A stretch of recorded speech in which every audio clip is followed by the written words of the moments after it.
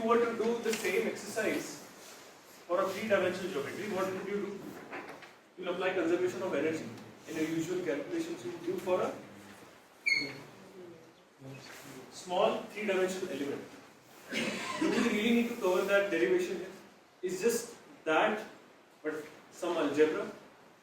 I'll not ask you 3D in the exam, so don't worry about it. But if you were to carry out the same boring calculations, what we would get is 3D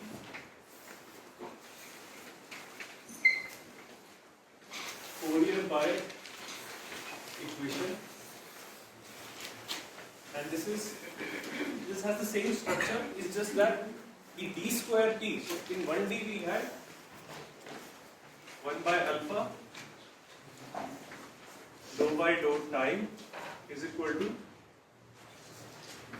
dou square t by dou x square plus t gen by k, because we are taking k and dividing throughout the equation. In 3D it's going to look very similar. Instead of d square t by dou square t by dou x square, what will I do? What should I write? Laplacian. Yes. T gen dot by k. That's it. What does the Laplacian convey? Second derivative along Second derivative of all the three directions, and it's a sum of all three directions. Yes. So how much curvature your temperature profile has in all three directions? This is also curvature, right? D square t by dx square. So you can, from here you can clearly see that even if there is no heat generation, so let's take the case of no heat generation. If you are solving an unsteady problem, will it look linear? no. It will have a curvature. If again keeping this 0, once it reaches steady state, will it become linear? Yeah. Because d square t by dx square will ultimately become 0. Okay. Now this is the Fourier-Biot equation in 3 dimensions. We could also write a similar equation. I mean, here I am not specifying what is my del square, right? So in Cartesian, del square in Cartesian is dou square by dou x square. I mean, whatever your function f is, you can apply f here.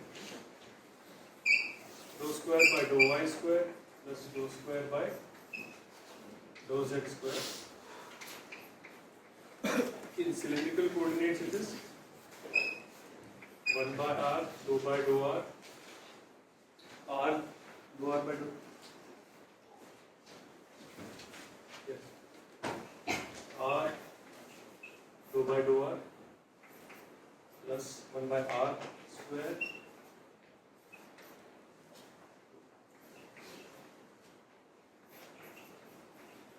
the polar angle, and then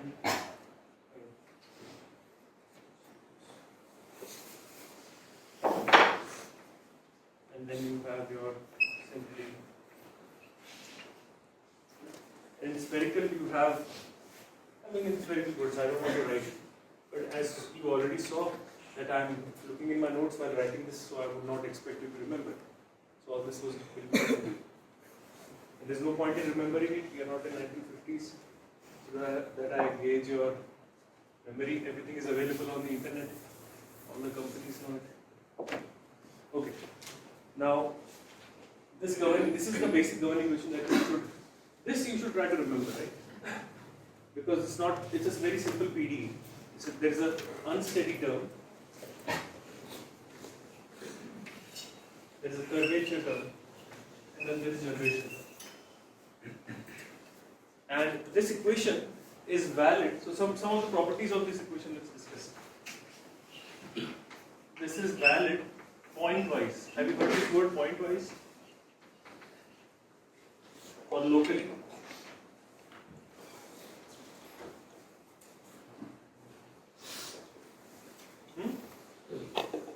What does point-wise mean to you? This equation is for any 3D geometry, right? Again, it will be suitable for a planar sort of geometry. stable or some geometry which is resembling a square or a rectangular shape. If something cylindrical, then you'll use this form. If it's this form, and if it's something spherical, you'll use the third form. But I'm just asking, in all three cases, this equation is valid point-wise. What does it mean? For every point of the geometry. Everywhere this is valid, right? Except the edges. Because to close governing equations, what do we need? Boundary Boundary conditions. conditions. Because they by themselves will not give solution. They will give in terms of constants, which will be determined by the boundary. So boundary conditions, as the name suggests, are valid at boundary. Governing equations are valid in the domain and at each point in the domain. So this is valid everywhere. So therefore, pointwise or local. Does the equation structure change with thermal properties? Does the structure of the equation change with thermal properties? No, right? Have you heard have you done PD in your math 101, 102 courses? PDs have you covered? So did you cover parabolic PD, elliptic PD, hyperbolic PD? No. Okay, so somewhat this is called a parabolic PD because it has initial condition and it has space. Okay, so independent, the structure is independent of thermal properties. So in this governing equation, as I said in the earlier class, that we have a mathematical framework in which if you want to design a mug or any heat transfer equipment, we could just input the values, the thermal properties. But the structure remains the same. Right? And solving this would give us what? Solving this would give us temperature map throughout the domain. By the way, how many boundary conditions do we need? For example, this, if we were doing a Cartesian problem, simply Three. So the order of differential equation in space is squared. How many we need in x? 2. How many we need in y? 2. And z 2. 6 तो यही हो गया. 7. Right?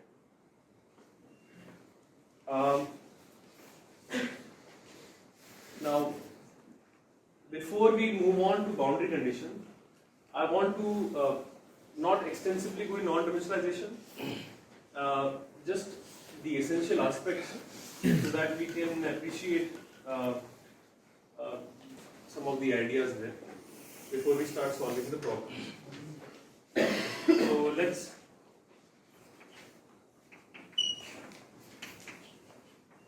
non-dimensionalize the Fourier-Bayes equation. But first, one question might be in your mind: why should we non-dimensionalize? What is the motivation? Right? So I'll take you back to the question that I asked.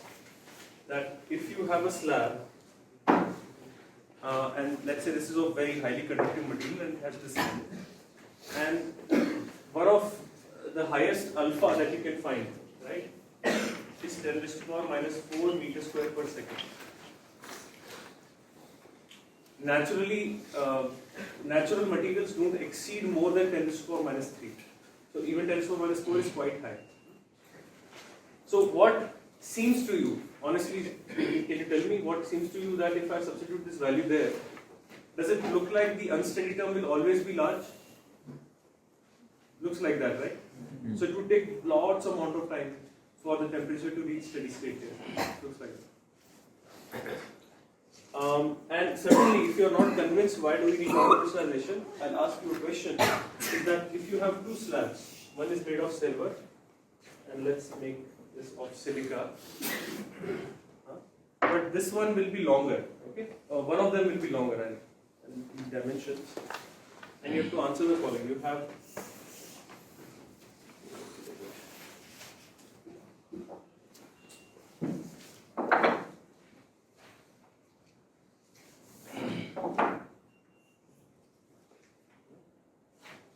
this is your silver, Ag, and this is your silica, the smaller slab. The alpha for silver is this, the alpha for silica is 10 to the power minus 6 meters square per second. And this slab is 1 meter long, or rod if you may. And this is 1 centimeter long. So don't scale this diagram, but this is the problem that you have. Now, how would you solve this problem? Think about it. What's the first thing that will come to your mind if you were not if you just did your rate processes course? We did cover non-dimensionalization there, right? And we did cover some aspect of heat transfer there. Until what section? Down system. Okay, but how would you answer this?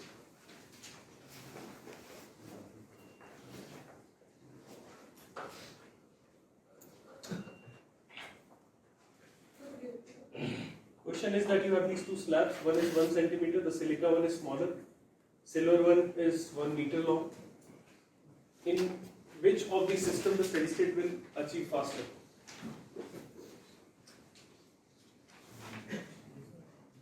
Now you may think alpha or silver is smaller, but you already know that I have intentionally given this as 1 meter long.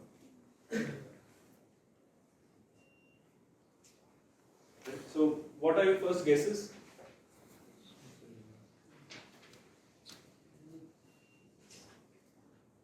Project. Do you know where is the remote?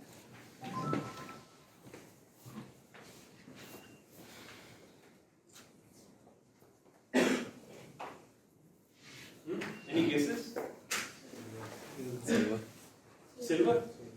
Silver. If I made it 100 meters long? Still silver. What you could do, let's analyze this equation. And let's make it 1D because let's say it's a rod example and only this, even if it's cylindrical, this d square by dz square acts. If you take it as slab, then this d square by dx square. So the structure is the same.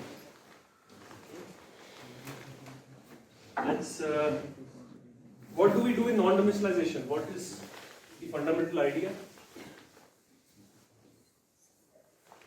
You have done non-dimensionalization before. What do we do?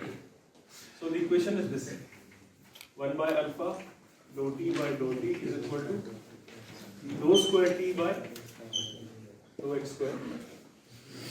What do we do in non-dimensionalization? We divide by dimension as each dimension. But what is the need?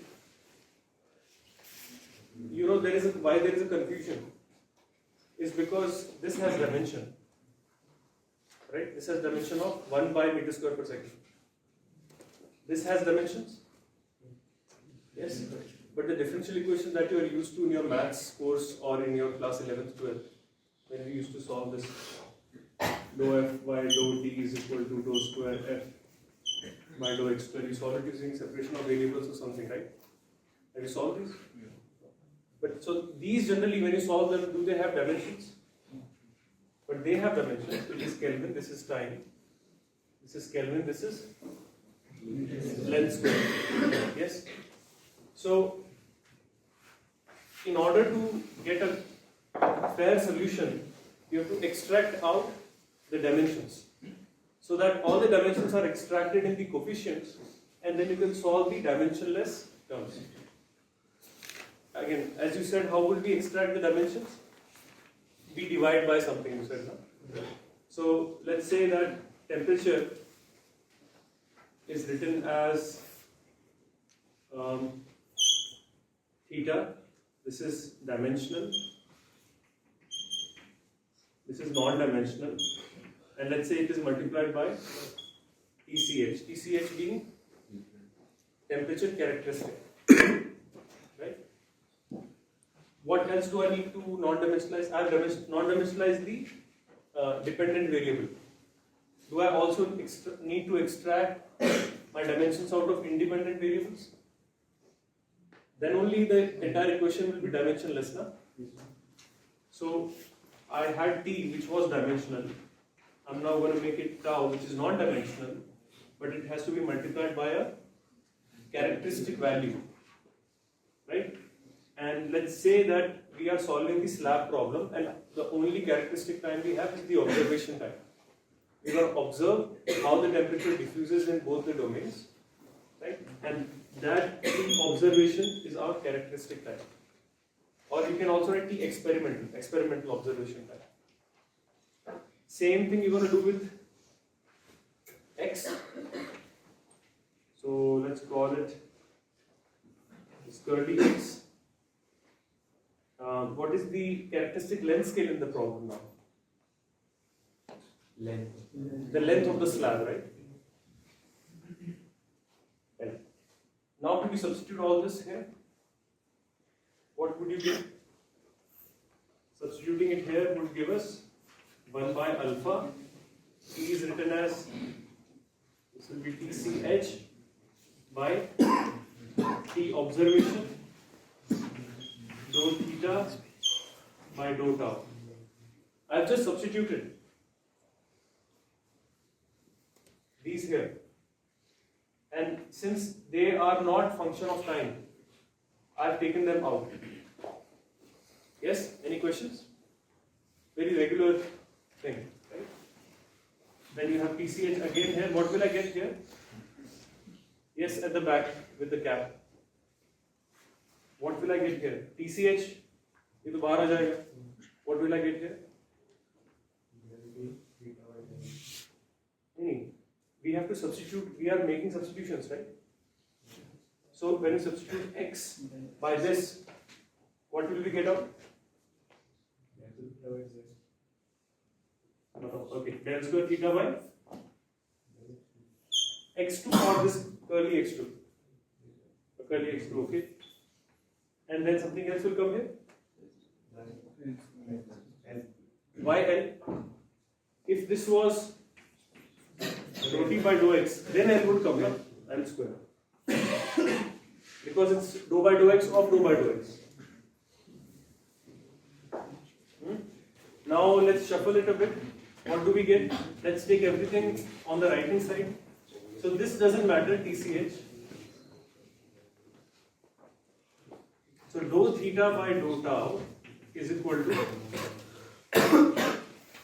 T observation divided by L square by alpha. Can I write it like this?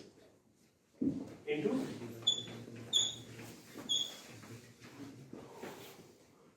this is your, now tell me what is the dimension of this? There's no dimension. What is the dimension of this? Why do you say so? This is second. This is meter square. This is meter square per second. So this is second by second. No dimension. This is dimension. So the entire equation is dimensional.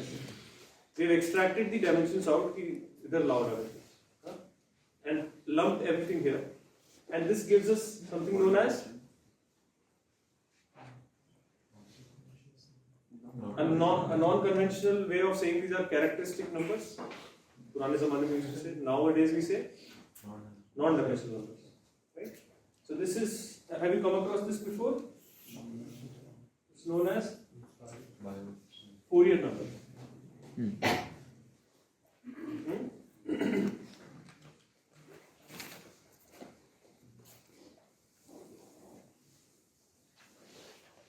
Now, if we are talking about problems in which we heat up one side at time t is equal to 0, and then we see how the temperature propagates and how the space-time map looks like, and it is governed by this non-dimensional equation. Let me bring the Fourier number here. D square theta by.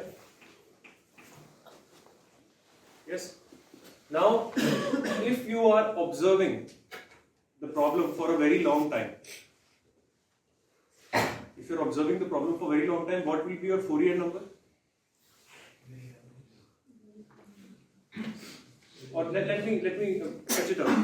If you are observing this heat transfer problem for a very long time, so let's say time t is equal to 0, you heated the slab, and then you see the temperature go, and then you wait for a very long time, let's say infinite time. What will the temperature profile look like? Linear. The unsteady term will vanish. So if temperature tends to infinity or very large, intuitively we know that the LHS will not contribute or will be small. Yes? Now, does this equation already tell that? So, if T is very large, the observation. Right? If not, Fourier has to be very large. So then, Fourier, what happens to Fourier number? Let me write it here. tends to infinite as well. T obs divided by L square by alpha. So L square by alpha is fixed, right? It didn't change when we started to, it's fixed. Now if we keep increasing this, 1 by Fourier becomes very small. So it is consistent with our intuition. Yes?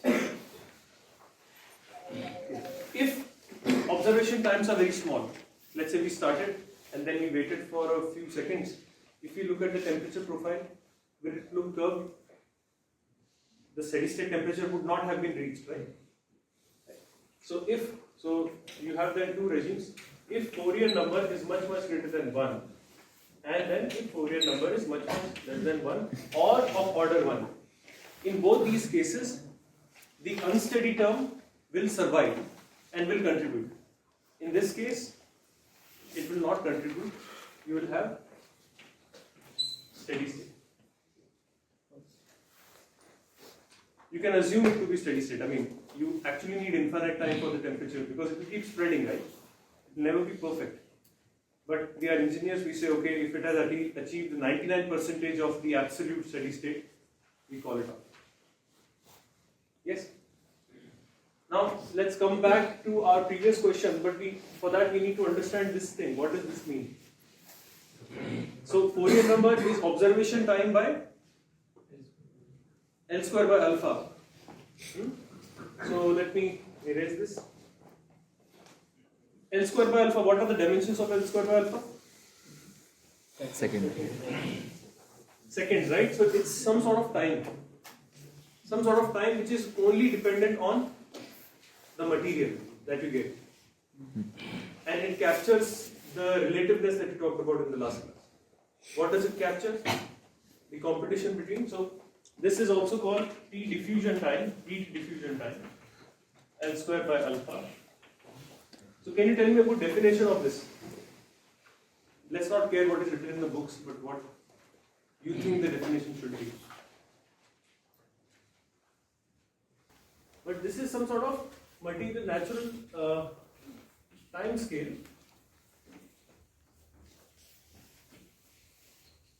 that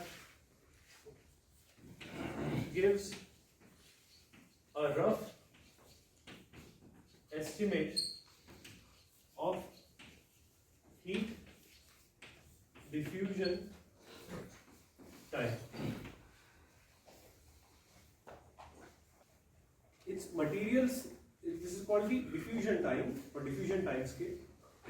Similarly, mass transfer you will have L square by, I'm spoiling your CHE212 course here with every opportunity I get. What will you get in mass transfer? L square by, instead of alpha you will have? So let's say if you have a mass transfer example, let's say a band-aid, and here you have some ointment, and it will diffuse to the band-aid with some diffusion coefficient. Instead of alpha, you will have diffusion coefficient. So the diffusion, that's also diffusion, right? Here we talk about heat diffusion, here we talk about concentration diffusion. So a characteristic time, meaning a rough time scale, which tells you, okay, this is how fast the entity, either temperature or concentration, will diffuse. Yes? And it is taking into account the thermal property and the length, which is essential.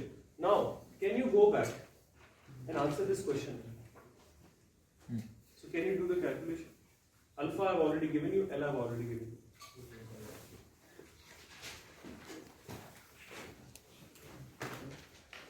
What is the diffusion time there? 10. What is alpha for silver? 10 power minus 4. So this is second. कितना है roughly? 10 nanoseconds. 10 nanoseconds नहीं ना 10 minus 10 that means 6 seconds. So 1 microsecond. Then L square by D, right? 6. So that is 10 power minus 6. What is 10 micrometer? L square by D. L is 10 to the power minus 5, right? 10 micrometer. Micro is 10 to the power minus 6. Right? So it's of this seconds. So any heat buildup that was going to take place, it could have taken place here. But we are talking about 1 to 2 hours, so it must be something else. So what I'm trying to say is that if you are solving heat transfer problems, and your observation time, what you're interested is in at time scales which are much, much larger than the characteristic diffusion time scale. Would you solve the full problem now? No. Or would you solve the simplified problem? Because within 10 to the power minus 6 or let's say 10 to the power minus 5, you will get a linear profile. See. Okay, so now let's say you solve the heat transfer. So let's solve heat transfer of this slab of 10 micrometer thickness and silver property. What equation governs this? So forget whatever I said. Just tell me. Let's have a conversation. What equation governs this heat transfer through this? This one, right? Now you have learned the niceness of non-dimensionalization. So we can just use that. We're just rearranging stuff here. If you solve this or you solve this, it's the same as of now. Computationally also, it's just the same. We have just rearranged some stuff. We have not made any simplification. We have not removed any component. Agree? Huh? Now, what I'm trying to say is that you could solve this full problem, but what you will find is that within 10 to the power minus 5 seconds, so very quickly, so let's say this is your at T is equal to 0. Let's say you have the slab, you have very high temperature here, low temperature here. Your temperature profile would be this, right? Very high at one end and very low at the other end. Agreed? And then this is your steady state. So after, let's say time tending to infinity, this is your steady state profile. You are interested in how much time it takes. Infinite, so we can't stay. We are engineers. We need to know actually how much time it takes, roughly speaking. I just gave you one idea that T diffusion can tell you, estimate wise, how longer it will take for it to achieve, this material to achieve steady state. Now when we do this, we find it out to be 10 to the power minus 6 seconds. So if we are interested in heat transfer across seconds, even across seconds, this time is very small, right? Meaning, in the non-dimensional framework, this term you can neglect. You can simplify, you can throw it out. You need not solve the complicated problem. All you can solve is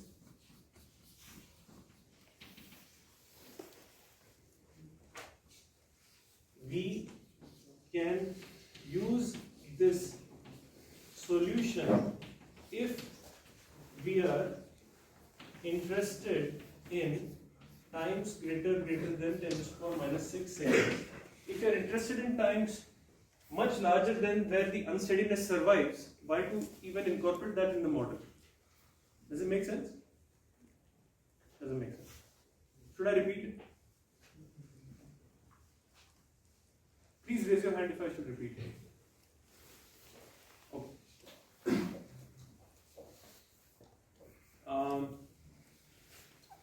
Let's forget about the chip problem. Let's try another example.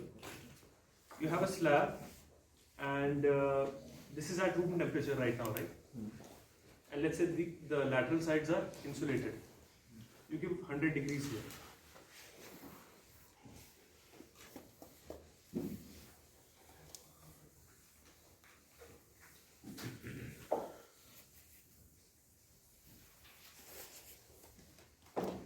What will the temperature profile look like? At time t is equal to 0. Now you have to tell me this stuff now. The first point would be First, T1 And the end Very- would be T2. Immediately it would be this. Uh, Let's say this is the 100 degrees. saturation will be at room temperature.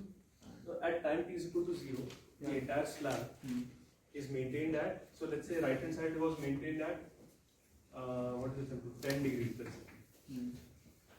Left hand side was also 10 degrees, but at t is equal to 0, we heated it up and we maintain 100 degrees. So this is what the map would look like. Yes? Don't agree? Yeah. Fine? Now, after a very long time, what will the map look like? If you maintain one side 100 and the other side 10 degrees? 100 straight line.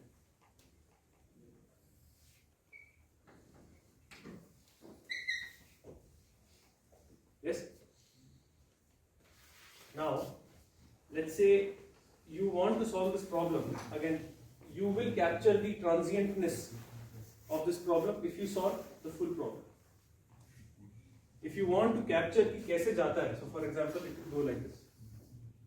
We'll cover this in the demo later when we cover transient problem. So this is how the temperature map will look like. And what I'm telling you now is that the time that it takes for it to almost achieve the steady state profile, let's say if diffusion time is much less than the observation times, or times that we are interested in, as I wrote there, then do you need to capture this transientness? If this happens in microseconds, if this process happens in microseconds and what you're interested is in seconds, you don't need to solve the complicated equation, right? You can reduce it.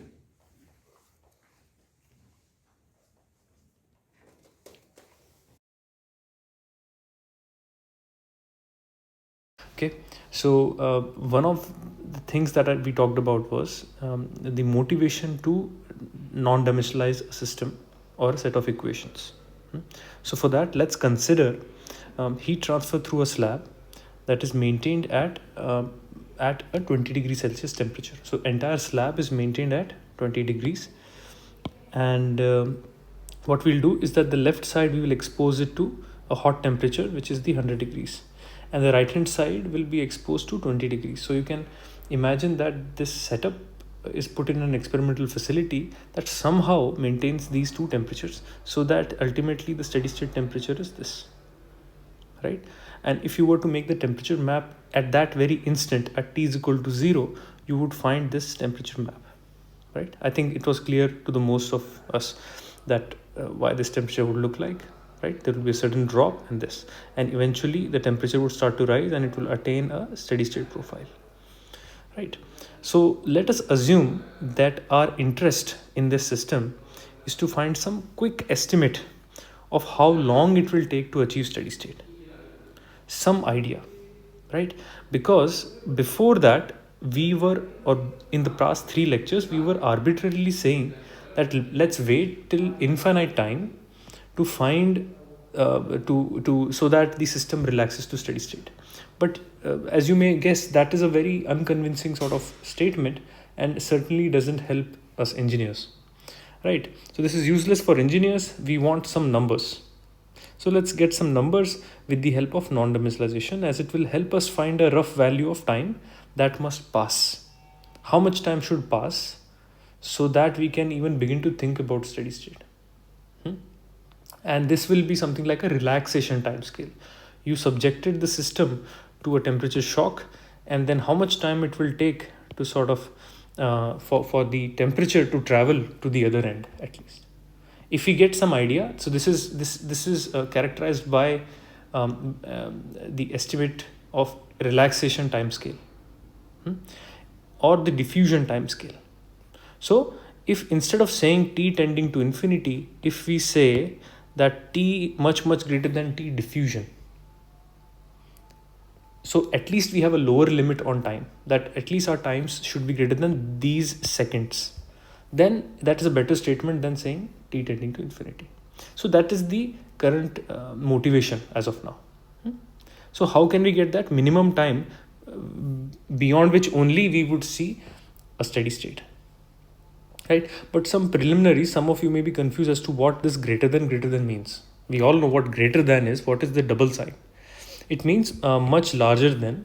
And just to give some ideas, you can imagine it something like 5 times or 10 times greater or even larger than that.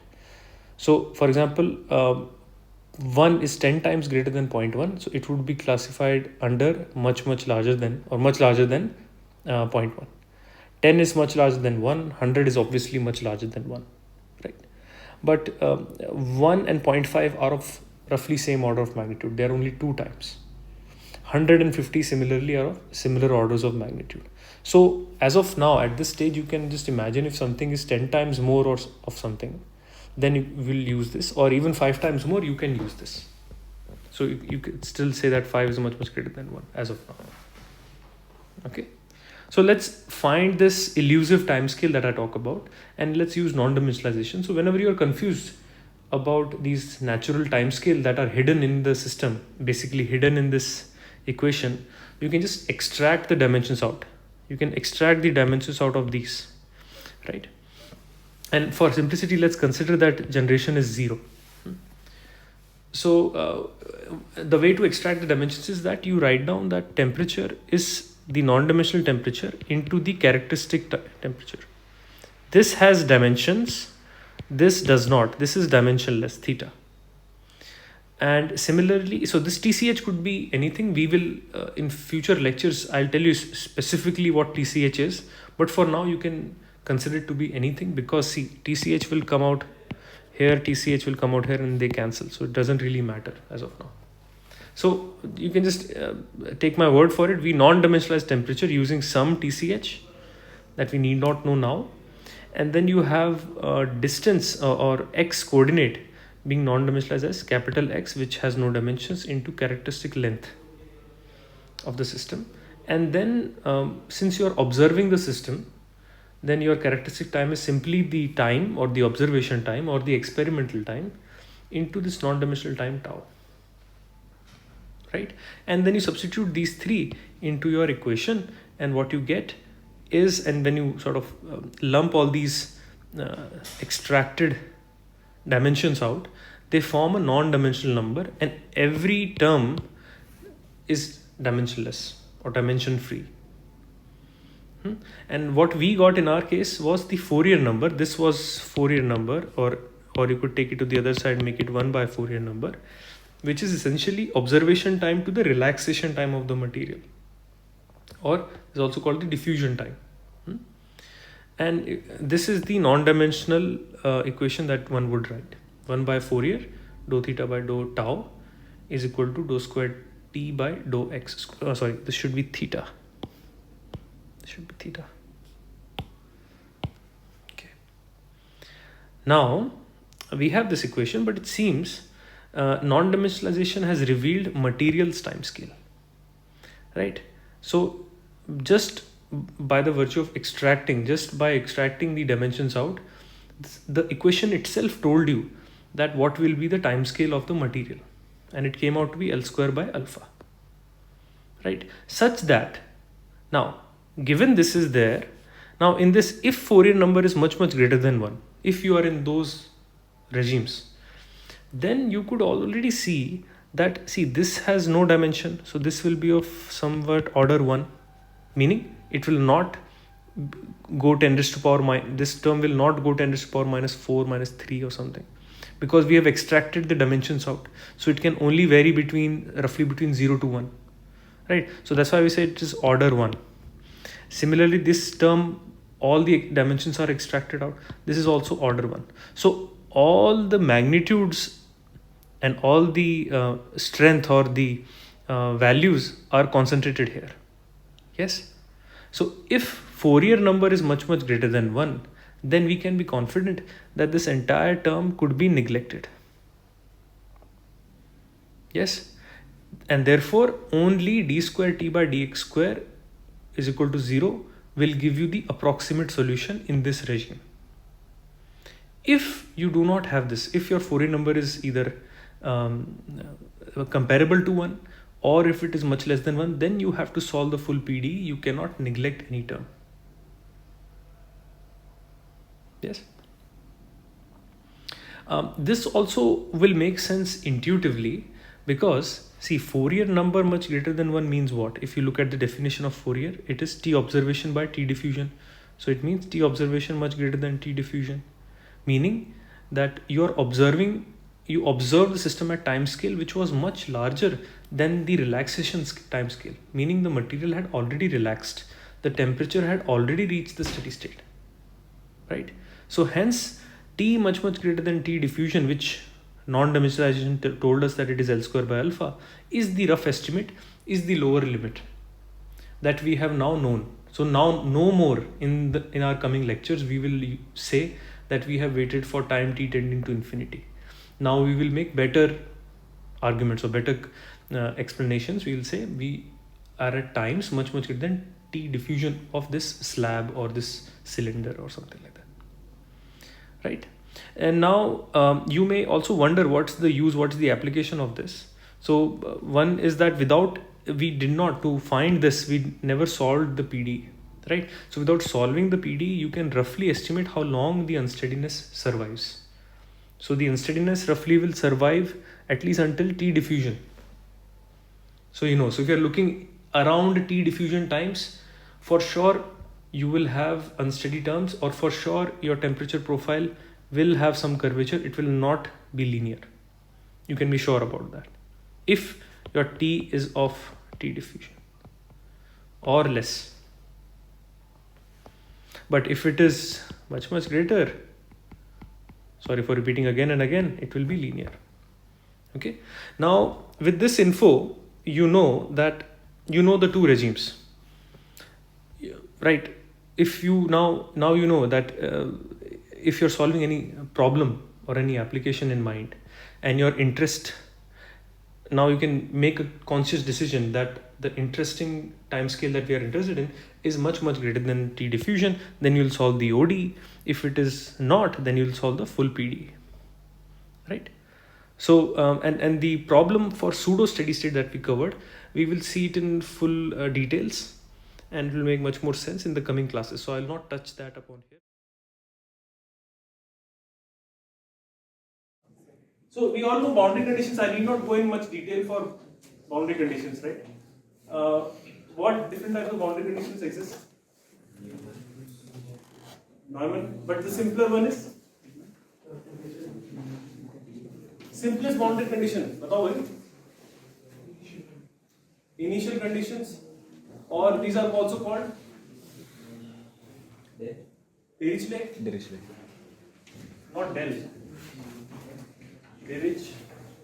Dirichlet type boundary conditions. I don't know if this is a name for some guy, but it basically means that a value is satisfied for dependent variable. What do you think I mean by this?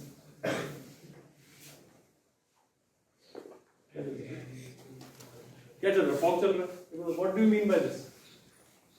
What do I mean by this? Dirichlet, a value specified for dependent variable. What is the Dirichlet type boundary condition? Why is a dependent variable then? Why? I'm taking an example. Achha, d square y by dx square. Here it is t.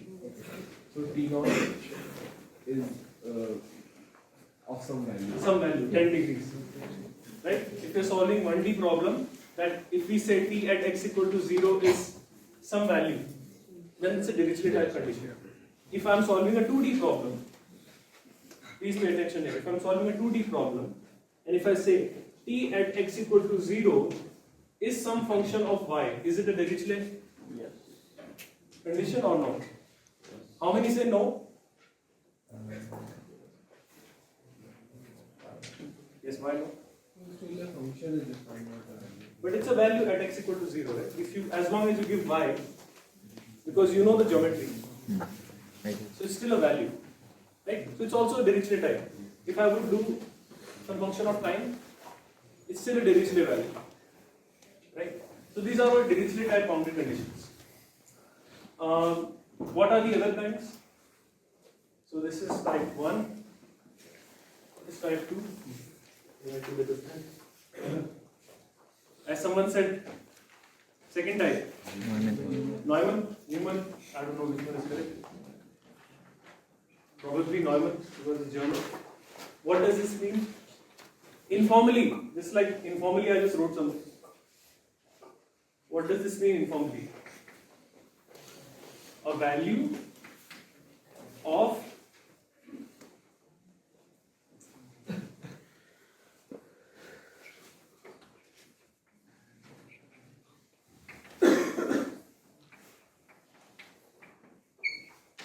a value of derivative is specified. Yes? Any examples? By the way, how would you realize the Dirichlet conditions? Coming back to it was my last point. In real life, let's say you want to analyze what is the heat diffusion in this class to make better classrooms, better thermally insulated classroom.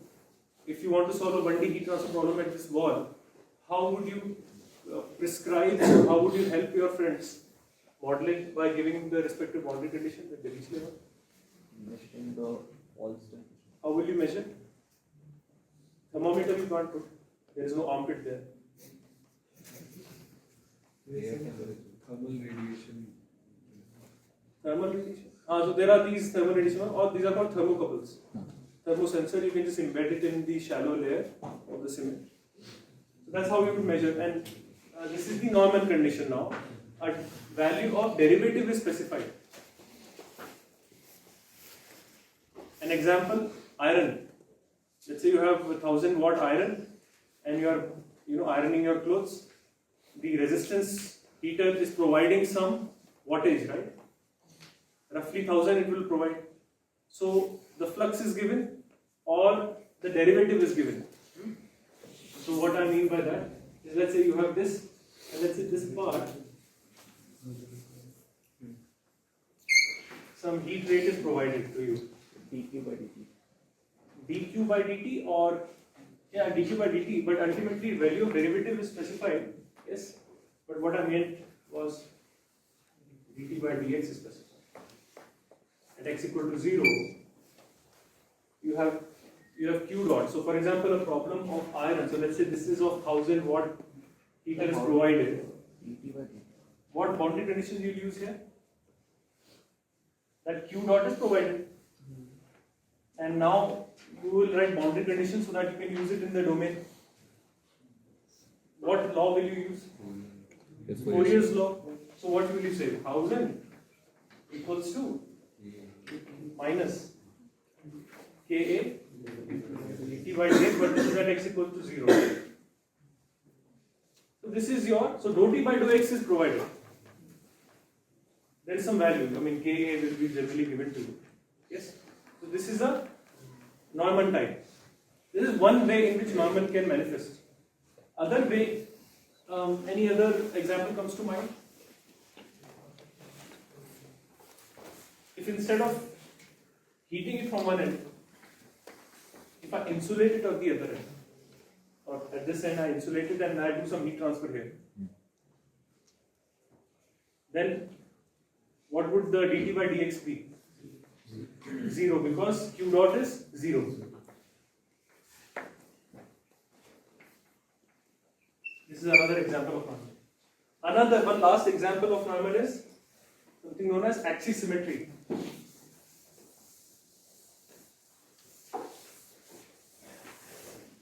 Have you heard of axisymmetry? So, for example, if you have a cylinder, solid cylinder, like a wire, and there is current and voltage difference applied, this wire, let's say, gets heated up, and it's losing its heat to ambient, or the ambient is maintained at some cooling jacket is maintained, it's maintained at, let's say, 10 degrees, and inside there is Egen dot not equal to 0 or greater than 0. So the wire will get heated up. This Neumann condition you will use at the center. Why? Because the problem is symmetric. जैसा ऊपर. So the temperature rise here, or dT by dr should be 0 at r equal to 0. A similar example would be of sphere. At r equals to 0, if let's say there is a spherical ball heated up to a certain temperature and you leave it here, it will take some time to cool down to come to equilibrium. But as it comes to equilibrium, let's say you want to track it, you want to solve the full PD. What condition will you use at r equals to 0? Rho T by dou r is 0. Because there is axisymmetry. It's losing heat everywhere through isotropically through all directions at equal rate. Okay. I hope I'm not missing any special cases. All right. Now the final one is called. There's another kind. You must have covered this, right? Yes. So what is the third kind?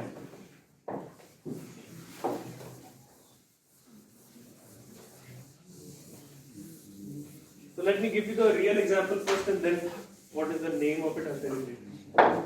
The third kind is blank. Third kind is where, for example, you have this. Let's say on one end you are providing heat from your heater, just like we did here. And let's say at the other end it is losing heat to ambient.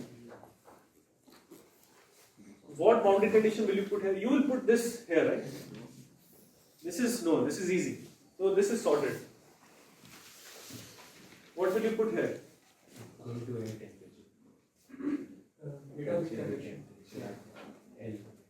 At temperature. Let's say thermocouple, if you don't want to use. Input and output rate is same. Okay, that's good. So Q dot at x equals to L is equal to some Q dot which is going out. What is that? H. So that is HA. TS or T not S. X equal to L minus T infinity. Now let's we have to open this up, right? Because this is heat flux coming here. So what will we use? Fourier's law minus Ka C dou T by dou X at X equals to L is equal to this. Now this is a general confusion that some students also characterize this as Neumann. They say, oh, derivative is specified. But can someone tell me why that characterization is wrong? So I'll repeat it. Whenever I take this example, one of the confusion is that this is seen as that a derivative of temperature is specified. Basically, dou T by dou X is equal to the convective heat transfer divided by minus KAC. And they say, oh, this is specified, so it should be Neumann. There is a dependent variable on the right side. So it's not really specified, it's still unknown. So this is also known as mixed or Robin type boundary condition. And this is one of the examples.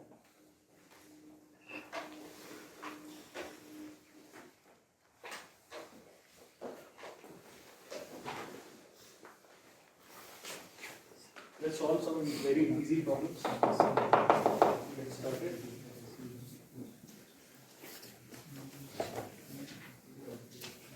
Whatever this T diffusion, this will be L square by alpha. We waited this long time, and this is the temperature profile. It will be governed by d square T by dx square. Now, not dou because it's an ordinary differential equation, only dependent on x. It's not dependent on time anymore. Yes? What is the solution for this?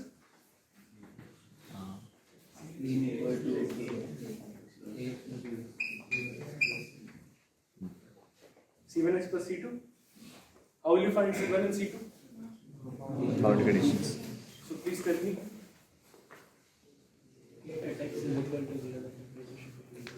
Oh, you wanted to solve for T at x equal to 0 is 100 is equal to C1, C1 is 0 plus C2. C2 is 100.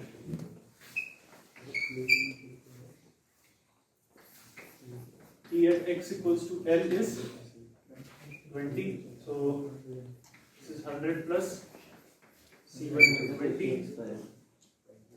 So you get 80 by 20. C1 is 4. Minus. Ah, Minus. so minus 80 by 20, no? Minus. So C1 into L. Oh, sorry. C1 into L. Egg. So this will be C1 is equal to minus 80 by L. Then what is the profile? I mean, this is the profile. You have 100 and with x it is decreasing by the slope of minus 80 by L. Easy, right? So let's go to some of the second problem. Any questions here? We're doing it for the first time, so some unfamiliarness you may feel, please let me know. But easy, right?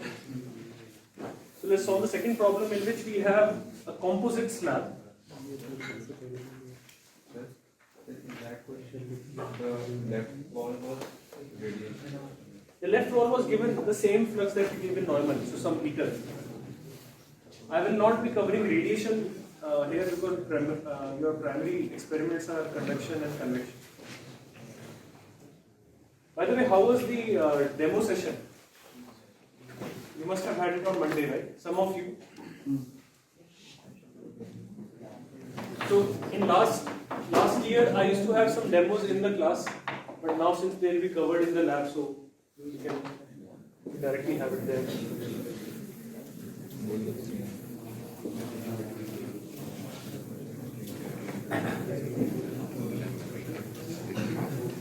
So this is an example of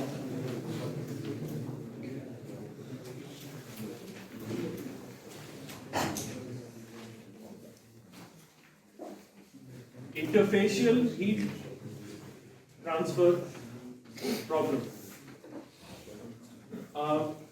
You have two slabs joined together, and for simplicity you can assume that there is no contact thermal resistance, meaning the contact doesn't have any air gap in between. Generally this is the case, that when you take two slabs and join them together, you have almost inevitably some air gaps that will bring in some more hindrance to your heat transfer, right? And that is known as thermal contact resistance. And usually that is mitigated by putting an aluminum foil or putting a silver foil between the plates, so that whatever air gap was there, now this foil can bridge that.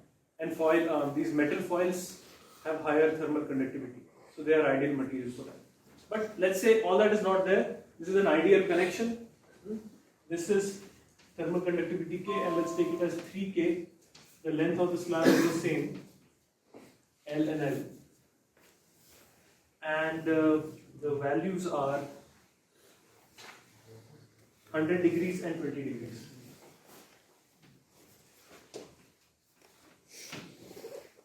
Yes? So first of all, will the temperature profile be linear? Will this be correct? No. No. Right? Piecewise. Hmm? Piecewise. Actually, Piecewise linear? But the temperature profile will be continuous? Yes. Can it be discontinuous? No. No. They can't be discontinuous. So when we solve for the problem, we need interfacial conditions. So what will we need? That T at x equal to L in material 1 is equal to T material 2 at x equals to L. because there can't be temperature discontinuities.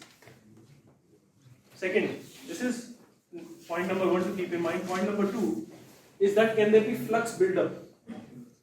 Heat flux, whatever we gave here, No. can this ideal contact eat up some of the flux No. or generate some of the flux? No. So you will have same flux, meaning minus K AC is the same. I'll just write it for completeness. At x equals to L is equal to minus K1, then you have K2 AC rho T by rho x at x equals to L. Straightforward, right? The fluxes are same. So we can see already that if AC is also same, my temperature gradients, this guy and this guy, will not be equal if K is not equal. Meaning, one profile will be less steeper than the other. Yes? You can see that already, right? So just behind the interface, there will be one slope. Next to the interface, there will be another slope, if K's are unequal. So now you have the two interfacial conditions also. Because you need two. Why need two? Because it's d square x by dx square. You'll solve it here and you'll solve it here. So can you solve in phase, just find the temperature profile. And the hint is you have to solve it in each domain. And you have to connect the domains using the interfacial boundary conditions. What would your approach be? But that is just two of these problems. But what you will find, if you start solving, you will find it. Solve the temperature profile in two domains. You will get 4 constants, right? 2 in each. But you will have 4 conditions. Right? You have 4 boundary conditions. Na? Here you know it's 100, here you know it's 20, here you know 2 conditions. So 4 equations, 4 unknowns.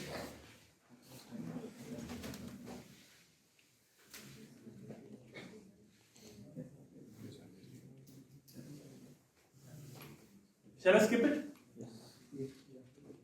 Shall I skip it and let's solve an interesting problem and then we call off the class? Okay.